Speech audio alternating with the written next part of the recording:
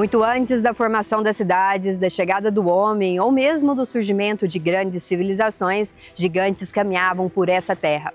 Em Uberaba, a história da vida na Terra está registrado nas rochas, nos fósseis e nas descobertas que colocaram a região entre os mais importantes sítios paleontológicos do Brasil. Neste episódio, vamos conhecer como Peirópolis se tornou uma referência mundial para a ciência e entender por que a paleontologia é um dos pilares que fazem do Geoparque Uberaba um território único.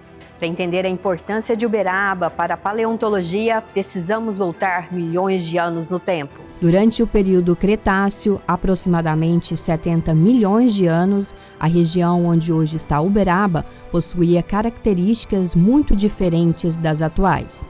Neste território viveram dinossauros, crocodiloformos, tartarugas, aves primativas e diversas outras espécies que ajudaram a contar um capítulo importante da evolução da vida. Luiz Carlos participou do primeiro episódio contando sobre o início e os passos do Geoparque e volta agora para aprofundar sobre a paleontologia.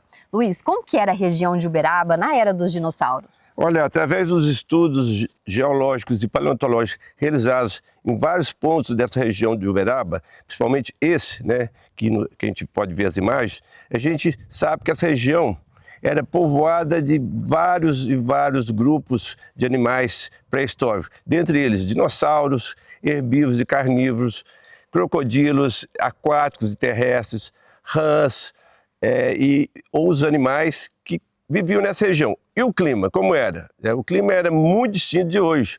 O clima hoje é um clima de chuva, de 1.500 milímetros de chuva. No passado, entre 72 e 66 milhões de anos, quando formaram essas rochas e aqui ficaram preservados os fósseis, o clima era totalmente distinto.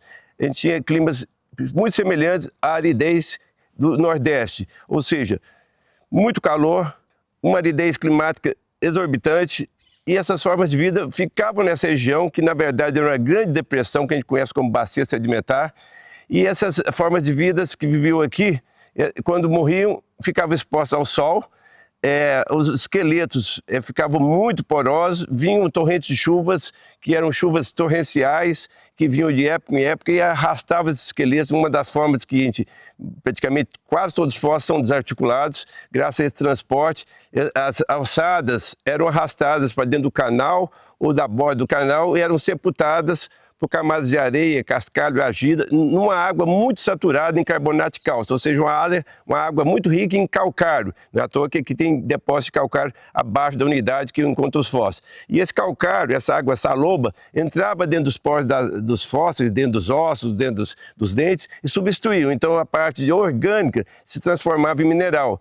Graças a isso, pôde-se conservar essa fantástica fauna de fósseis que viveram aqui e que hoje a gente estuda e que isso nos deu a chance de chegar ao Geoparque, porque o patrimônio geológico aqui é de relevância internacional. Luiz, e por que essa região é tão importante para a ciência?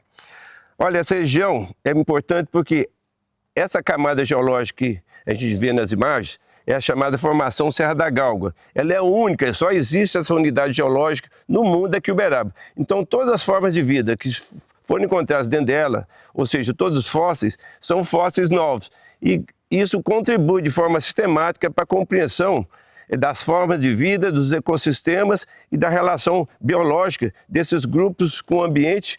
E a gente compara isso com outros fósseis no mundo. Com essa fauna fóssil aqui, a gente consegue ajudar montar o quebra-cabeça da evolução da vida, que cada parte do planeta existe um ponto muito importante. E Uberaba guarda esse momento simbólico do final da gente chama período Cretáceo, entre 72 e 66 milhões de anos, que esse tipo de vida aqui existiu aqui e ajuda a nos compreender a evolução da vida do planeta de forma geral.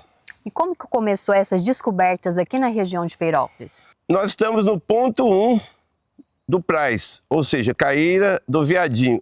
Praz chegou aqui em 45, convidado pela família dos Peirós, que tinham aqui nessa região uma caieira, que é a caieira do meio.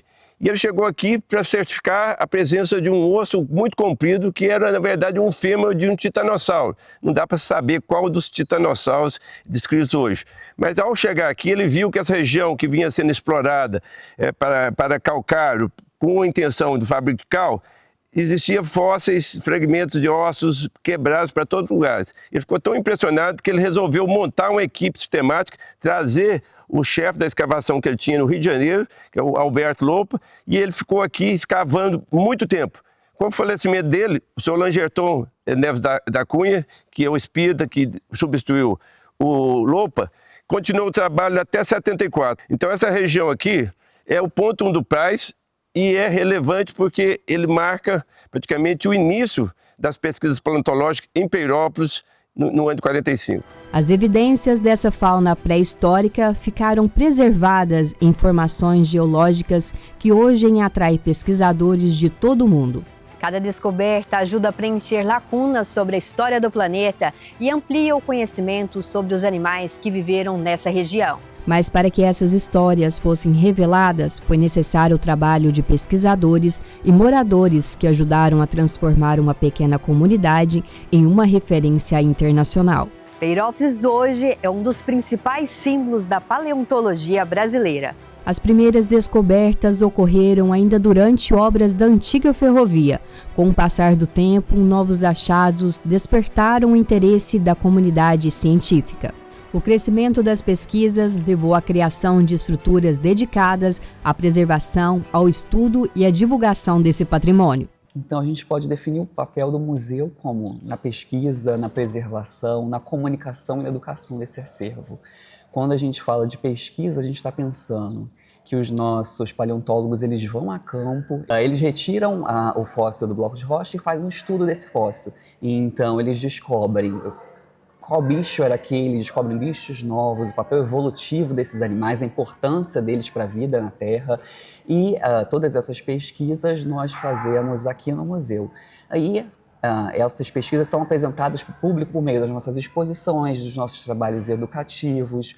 Nós temos diversos trabalhos em educação aqui no museu. Nós temos, por exemplo, a Semana dos Dinossauros, que é uma semana em setembro, que nós abrimos as escavações ao público. Nesse momento, os alunos de graduação do UFTM, Universidade Federal do Triângulo Mineiro, eles são voluntários, então eles fazem todo o trabalho mostrando e contando, fazendo a divulgação científica do acervo para a população.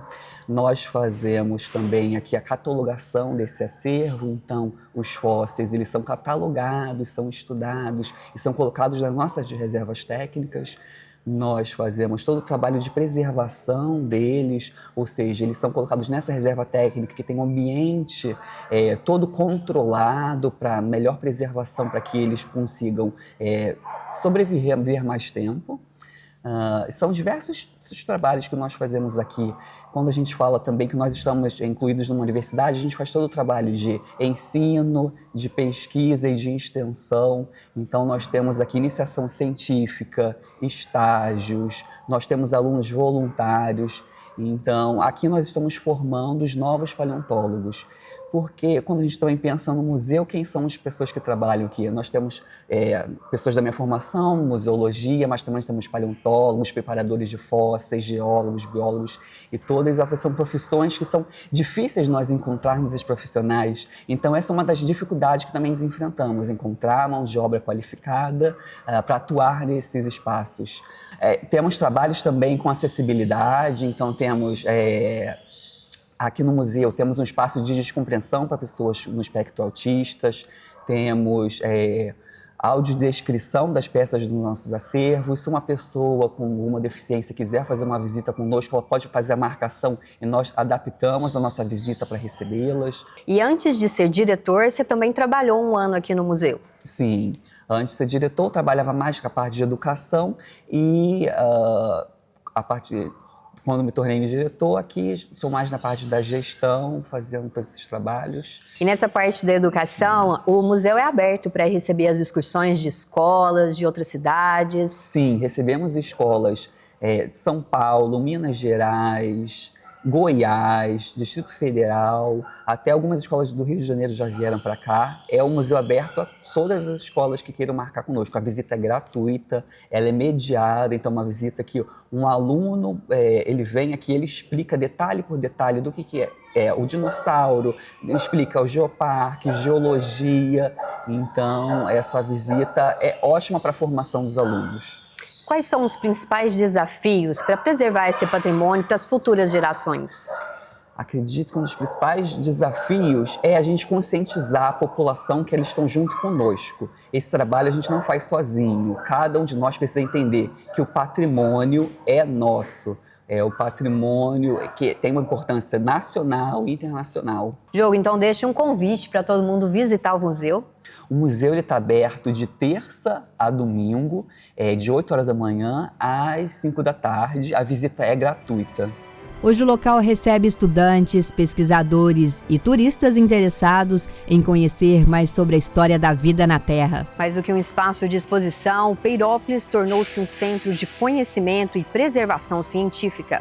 E foi justamente essa riqueza paleontológica que ajudou Uberaba a conquistar reconhecimento nacional e internacional. Além da importância da ciência, a paleontologia também transformou em uma ferramenta de desenvolvimento para Uberaba. O turismo científico e educacional atrai visitantes de diversas regiões do Brasil e contribui para movimentar a economia local. Maria Aparecida Basílio, diretora de Turismo, Feira e Eventos em Uberaba, comenta como a paleontologia contribuiu para o reconhecimento do território da Unesco. A paleontologia ela tem um papel essencial no turismo, né, da nossa região. Ela transforma Uberaba num destino internacional e de geoturismo e também de turismo científico. Podemos dizer que os fósseis encontrados em Uberaba, como por exemplo o maior dinossauro do Brasil, Uberaba Titã Ribeiroi, elas deram a Uberaba uma condição de um território reconhecido internacionalmente pela Unesco. Então podemos dizer que essa foi a condição sine qua non para que nos tornássemos um geoparque. Obviamente, somado aí aos aspectos culturais muito relevantes também do nosso território. Cidinha, e qual que é a importância da paleontologia para o turismo da cidade? Nós podemos dizer que a paleontologia ela tem um papel essencial que transformou o turismo da nossa cidade. Ela transforma Uberaba num território internacional onde nós desenvolvemos o geoturismo e o turismo científico. São modalidades de turismo que atraem muitas pessoas, que gera renda, que gera divisa para o nosso território. Peirópolis se consolidou como um destino capaz de unir lazer, educação e ciência em uma única experiência. Bom, Peirópolis, para mim, sempre foi uma curiosidade. Eu fui convidado pelo professor Mauritano Ferreira, da Universidade Federal, antigamente chamava Faculdade de Medicina do Triângulo Mineiro, para me trazer com os filhos dele para cá. Eu tinha 12 anos. Ele era um aventureiro, gostava de trazer os amigos dos filhos dele a esse lugar. Cheguei aqui e fui ver as 3 cachoeiras.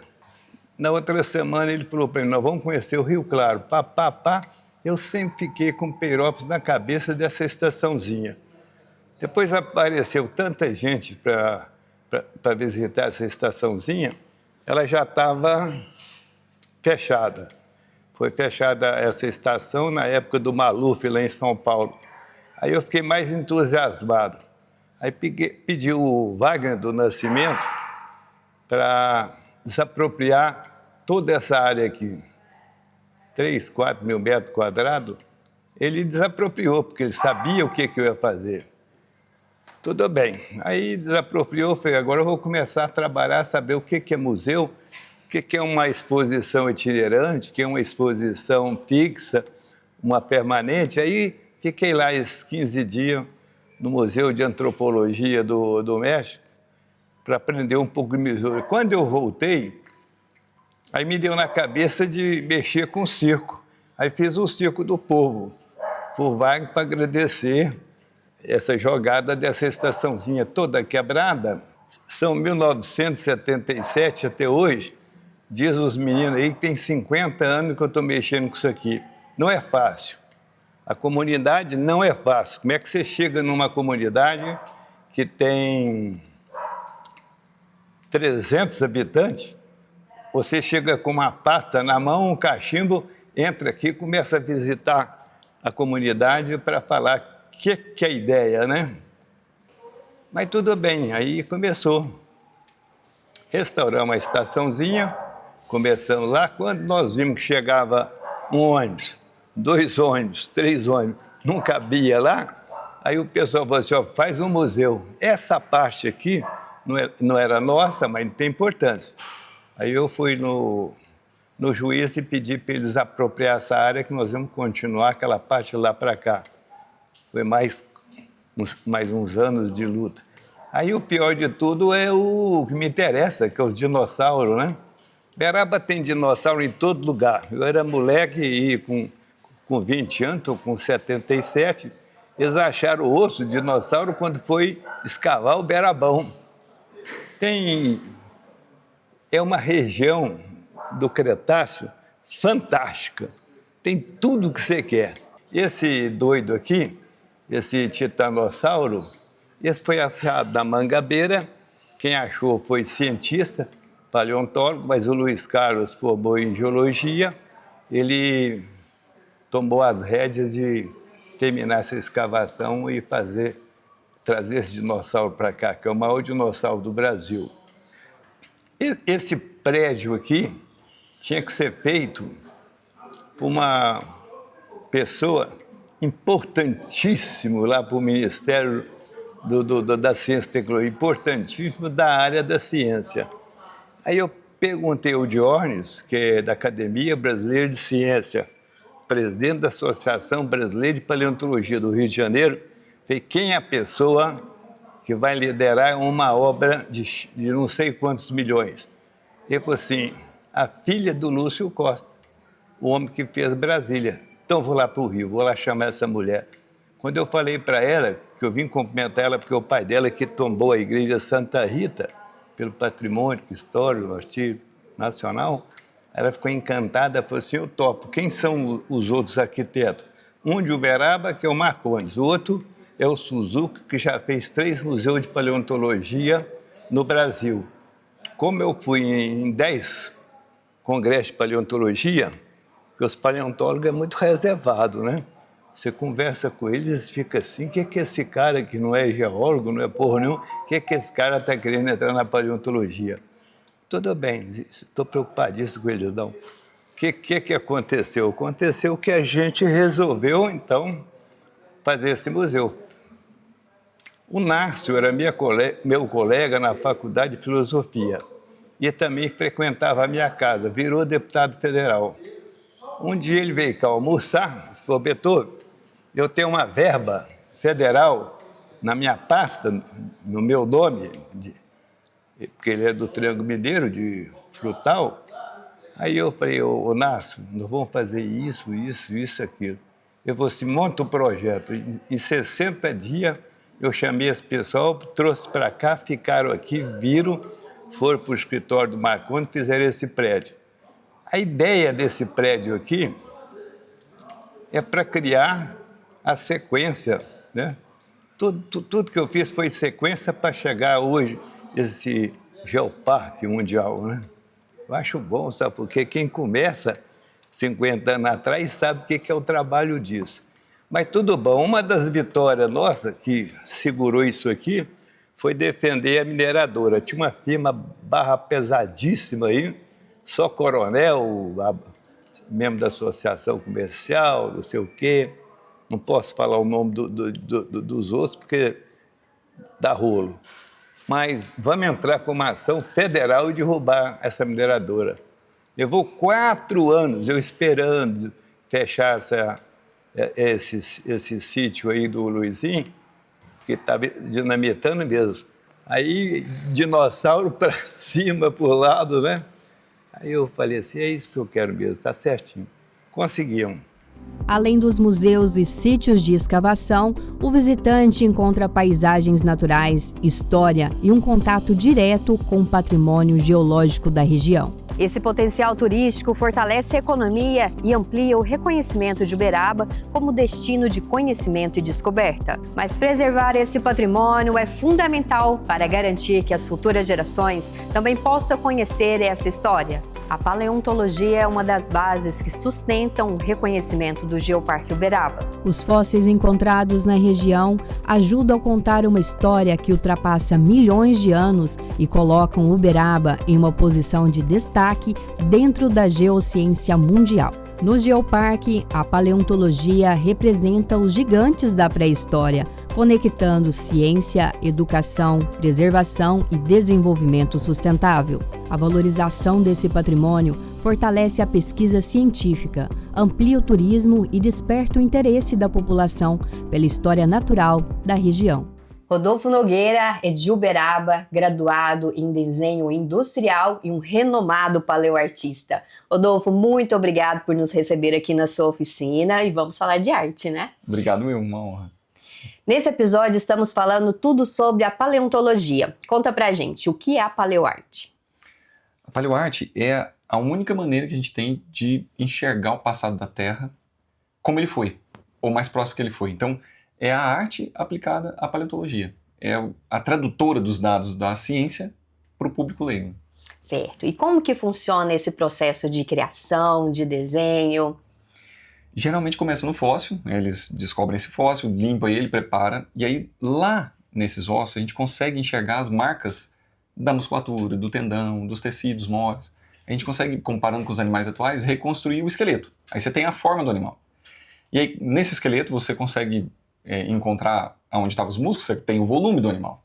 E aí, comparando com os animais atuais, os mesmos grupos ou fósseis que encontraram preservados, a gente consegue reconstruir a pele, os padrões de textura, se tem pena, se tem escama, e a cor, né, aplicada ao ambiente que ele estava. E qual que é um fóssil mais difícil de criar, de esculpir, de desenhar que você teve até hoje?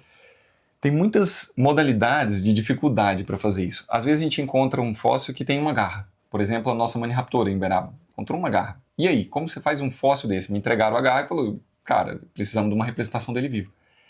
E aí você busca animais no mundo inteiro que tem uma garra parecida, mas que preservaram mais partes do esqueleto. Então, tem esse nível de dificuldade, por exemplo, do Maniraptor. Tem um outro nível de dificuldade, que é, por exemplo, um animal que você tem muita pesquisa, o que é muito legal, e aí ele muda muitas vezes ao longo do tempo. E o melhor caso desse, que também foi o animal que eu mais gostei de reconstruir, e para mim é o meu preferido, assim, é o Uberaba Titã Ribeiroi, que é hoje o maior dinossauro do Brasil. E aí ele foi descoberto numa época, 3 indivíduos, que tinham 70% do fóssil, mas eles eram médios, 15 metros, 11 metros. Aí fizemos a primeira reconstrução. Anos depois, descobriram uma vértebra de 1 metro desse bicho. Então nós descobrimos que ele poderia chegar a 28 metros de comprimento. Então, ele mudou completamente, assim, umas 4 vezes, até a gente chegar na versão mais atual, que acompanha os dados mais recentes da ciência. E a sua arte acompanha várias exposições do Brasil todo. Eu tenho uma exposição itinerante, que chamou Brasil, na Era dos Dinossauros, e ela leva essa aventura mesozoica, né, dos bichos que nasceram no Brasil, que as pessoas conhecem o T-Rex, conhecem o Triceratops, mas elas não sabem que os dinossauros surgiram aqui no Brasil, no sul do Brasil, e se espalharam para o mundo inteiro. Os pterossauros também, que não são dinossauros, mas são os primos voadores dos dinossauros, né, também surgiram no Brasil. E essa exposição conta essa história desses nossos heróis na Era Mesozoica. Preservar os fósseis significa preservar uma parte da história do planeta e garantir que o conhecimento continue sendo transmitido às futuras gerações. Neste episódio, viajamos milhões de anos ao passado para conhecer a riqueza paleontológica que tornou Uberaba uma referência nacional e internacional. Uma história escrita nas rochas, reveladas pela ciência e preservada por pessoas que compreenderam a importância desse patrimônio. A paleontologia, ao lado da espiritualidade e do agronegócio, formam os 3 gigantes que ajudaram a construir a identidade do Geoparque Uberaba. Juntos, eles contam uma história única de conhecimento, cultura, desenvolvimento e pertencimento. Obrigada por nos acompanhar nessa série e até a próxima!